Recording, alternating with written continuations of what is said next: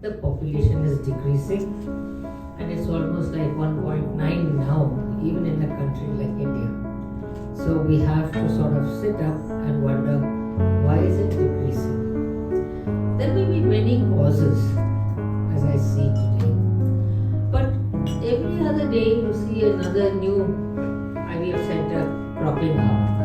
But yet, the claims are told 80% result, 90% result, and there is a misleading thing in the papers, and the public get misled.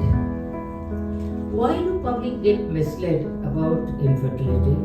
It's only because they do not understand the mystery of infertility treatment.